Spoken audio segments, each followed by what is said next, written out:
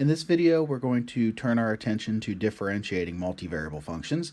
We're going to start and look at functions of two variables and sort of develop the idea of partial derivatives in that context. But then we'll pretty quickly see how this idea generalizes to three or more variables. So to get started, let's let z be a function of two variables. So let's call it f of x, y. And let's say it has a domain D. All right, so D is just some region of R2 of the xy plane of the values that can go into the function f. And let's assume that I have a point AB that happens to be a point in D. So A and B here are fixed numbers, so this is a fixed point. All right, so what we're going to do is we're going to let x vary over the domain D. So we're going to let the value of x take on whatever variable in D we want, but we're going to keep y fixed. So we're not going to allow the value of y to change. So let's say we let y equal to b. Right, the y coordinate of the point that we picked in our domain. Okay. So then this function z, which we might write as f of xb, because y is always equal to b under this restriction, this is a function of one variable, namely x, because we're thinking of y as a constant in this particular context. And so because this is a function of one variable, we can possibly differentiate it. Right? It depends, of course, if the function is differentiable. But if it is, then we can apply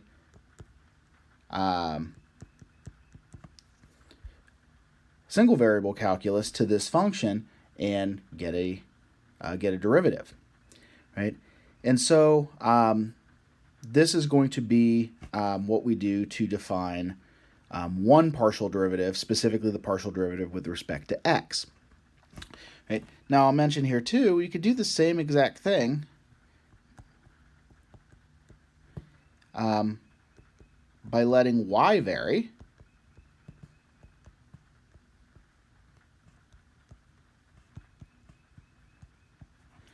And fixing x. And so say we let x be this number a that happens to be in the domain. And we get a different function of one variable rather. So this would be z of f of a y. This is now a function of y. And so we can differentiate this, assuming that it is a differentiable function. So here is a graphical version of what we just did. So on the left side of the screen, in that image, we have a graph z equals f of x, y, so our graph of our two variable function. And that's the thing in blue. And then we were letting x vary, but fixing y at the value of b. Geometrically, what that means is that we're going to intersect that surface with the plane y equals b. And that's the plane that's shown in orange. And when we intersect the surface, the graph of that two variable function with that plane, you can see that we have a black curve. And so that curve is a one variable function. It's in the plane y equal b. But if we thought of that as the xy plane, then that would in fact be a one variable function, the graph of a one variable function. And so if we have this point AB, which I know you can't see very well, so I'll kind of shade it in over the picture. So the point AB is right there on the curve. That's f of AB. And so since that function is a function of one variable, it has a derivative there. And you can use that derivative to find the tangent line. And so that's another thing that you might not be able to see there. But the tangent line to that black curve is right there. And so this derivative here we're going to call the partial derivative with respect to x, and we're going to denote it with this notation. And I will write down formal definitions of these derivatives in a moment, but just want to give you the idea here while we have the picture up. So this is going to be the derivative of f with respect to x, which is denoted del f del x. Notice that's not a lowercase d, it's a symbol del.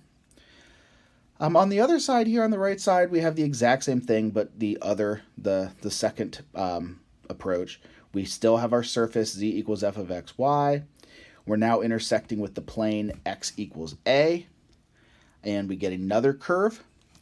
And again, we have this point f of ab that's on the curve, and we have a tangent line at that point.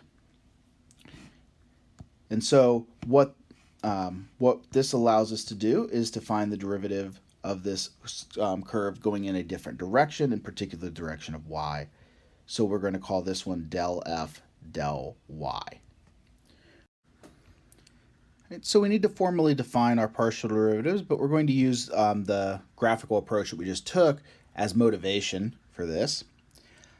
So the partial derivative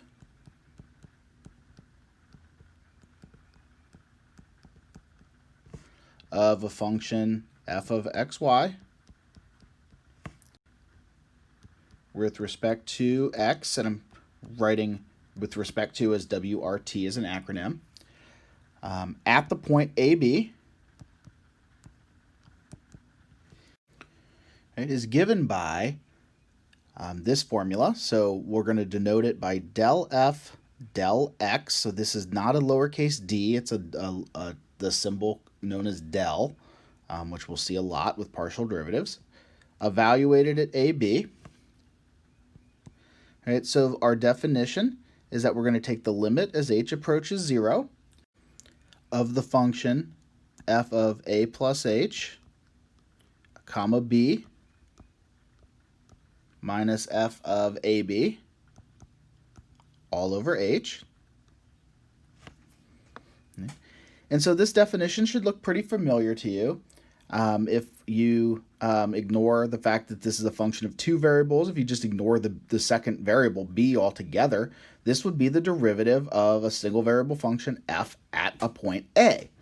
And so really that's what the purpose of this, the idea of this is that we're taking a two variable function, and by letting y be a constant, in this case b, we're able to compute the derivative with respect to x as the derivative of a one variable function.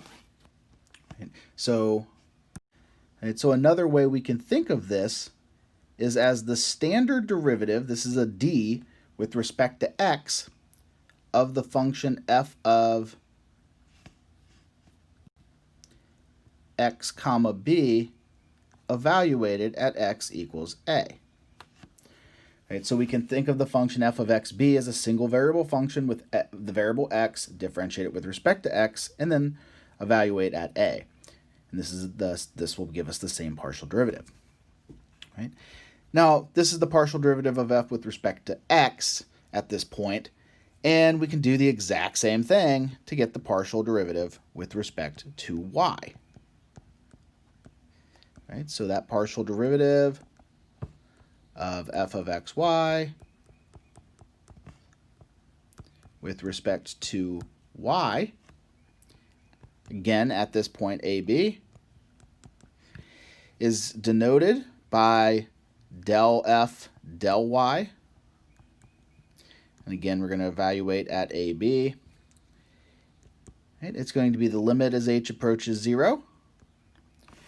But now we have the x-coordinate fixed, so I want to look at f of a comma b plus h minus f of ab all over h. Right, so now this, if we think of a as being a fixed coordinate and b, the y-coordinate, as the variable, this is the derivative of f of b, of f of y. And so this derivative would be the d dy, the derivative with respect to y, of the function f of ay evaluated at y equals b. Right? So again, we can set x to be a constant, think of this as a function in one variable y, differentiate with respect to that y, and then evaluate at our constant b. So just like in Calc 1, once we have developed the derivative at a particular point, in this case AB, we can use that and allow that to vary to define partial derivative functions. Right?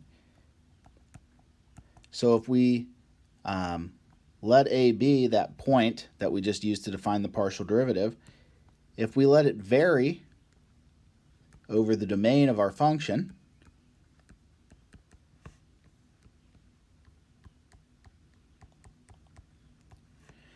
right, we get the partial derivative functions.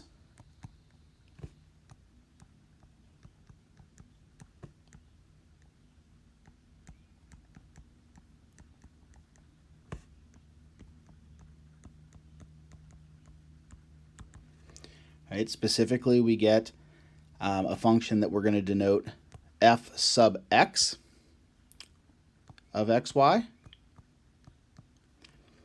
Right, and this is going to be the limit as h approaches 0 of f of x plus h, comma y, minus f of x comma y over h. And we'll have f sub y of xy, which will be the limit as h approaches 0 of f of x comma y plus h minus f of xy all over h. All right, so these are our partial derivative functions. They're exactly what we just defined, except for now we're not evaluating this at a point AB, we're evaluating it at a general point xy. And we'll have a function that we can then compute and evaluate at any point that we want. Right. Now, you might notice that I've used a different notation here. I've used this subscript notation to denote the partial derivative functions.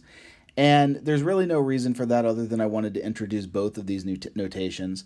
But there are a bunch of different ways to denote partial derivatives, just like there are for derivatives in one-dimensional calculus. All right, so now is as good a time as any is to mention these. So if I have a function z of f of xy,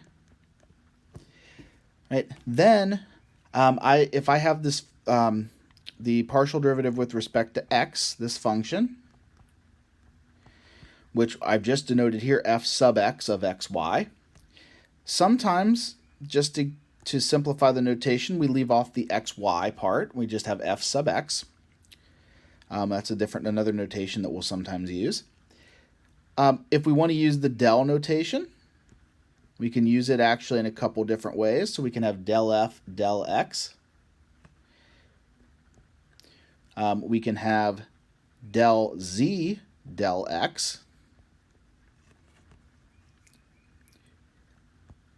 We can write del x of f of xy. So this is thought of sort of as an operator where we have this function f and we're acting on it by this operation del x, which produces the first derivative. Right? And sometimes when the variables have a particular order, like usually if the variables are x and y, usually x we think of as the first variable and y as the second, sometimes this is denoted f sub 1. All right, so these 6 different symbols that I've written here all refer to the same thing. They all refer to the partial derivative function with respect to x. Right? And similarly, if I just replace the x with y basically all the way across here, we get different notations for the partial derivative function with respect to y. So we have f sub y of xy, f sub y, del f del y, del z del y,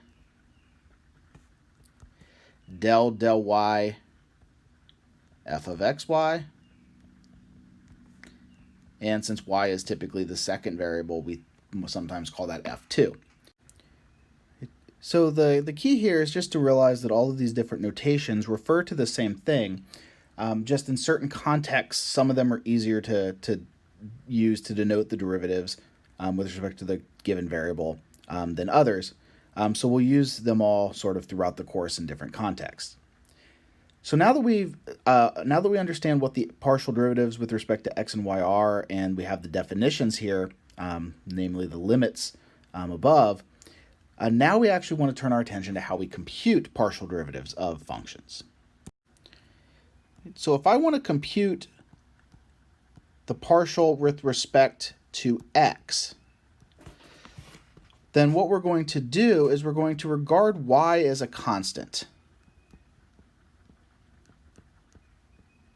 All right, we're not going to write it as a constant, but we're going to think of the variable y as a constant, and we're going to differentiate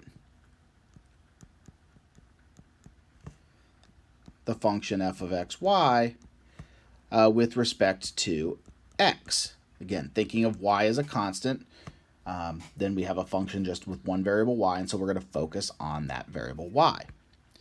Right? And of course, to compute f sub y, the partial derivative with respect to y, we're going to regard x as a constant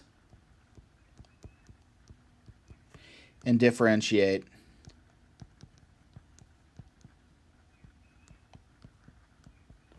with respect to y.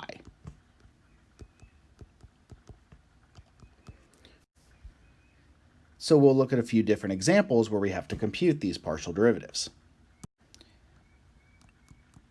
Okay. So for our first example, let's say we had the function f of xy equals x cubed y squared minus 2x squared y minus 3x plus y. And I want to compute the partial derivatives f of x and f sub x and f sub y. So when we go to compute f sub x, right, so this is a function, so I'm going to indicate that with writing the variables x, y. We're going to think of y as a fixed constant and x as the variable. So we're going to go term by term. We have x cubed y squared. Well, y squared is just a constant, so we're going to differentiate x cubed, which would be 3x squared, right, differentiating that with respect to x. And then since we're multiplying by this constant y squared, the derivative of a constant multiple is just the constant times the derivative, so we're going to continue multiplying by y squared. In the second term, I have negative 2x squared y, so we differentiate that with respect to x. It's going to be negative 4x to the first power, that's the power rule again, and then we're again going to multiply by y, thinking of y as a constant. Negative 3x, the derivative is negative 3. And plus y, the derivative of y is 0. I'm going to write the plus 0 just so it's clear that it doesn't just, vanish anywhere. But we're actually differentiating y with respect to x. We're thinking of y as a constant. And we know the derivative of a constant is 0. So the partial with respect to x is this polynomial here, 3x squared y squared minus 4xy minus 3. So similarly, we want to compute the partial with respect to y. So now we're thinking of x as a constant, right? And so our first term, we have x cubed y squared. So when we differentiate, we're just differentiating y squared. So this becomes 2x cubed y to the first. So again, x cubed is being thought of as a constant. Second term, I have minus 2x squared. That's my constant. And the derivative of y is 1, so we just get negative 2x squared. For negative 3x, because we're differentiating with respect to y, derivative of 3x is 0. It's a constant in terms of y, so I'm gonna write the minus 0. Of course, that's not necessary. And the derivative of y is 1, so I have plus 1. So the partial with respect to y is 2x cubed y minus 2x squared plus 1. So this example illustrated how we can think of each variable as a constant and differentiate it with respect to the other variable to find our partial derivatives. Now before we look at any other examples, I suggest that you try the following problem really quickly, and just to make sure that you're okay with how to compute partial derivatives, because this will be an essential part of the course going forward. All right, so let's suppose our function f of xy, we have x to the fourth minus 2x squared y squared plus 3y to the 6th. All right, and we want to compute the partials with respect to x and y. So go ahead and take a second and compute these. Right, and the answers, right, you can check to make sure you did these correctly. The partial with respect to x should be 4x cubed minus 4xy squared. And the partial with respect to y should be negative 4x squared y plus 18y to the 5th. All right, so in each case, one of the terms is only in one variable, and so it becomes 0 when we differentiate it. Okay. So in the next video, we're going to look at some more examples of partial derivatives and do a couple other little different things with them. But in particular, we're going to start with this example that's at the top of the screen in black. So if you don't have these partials written down, please write them down because we are going to use them in the next video.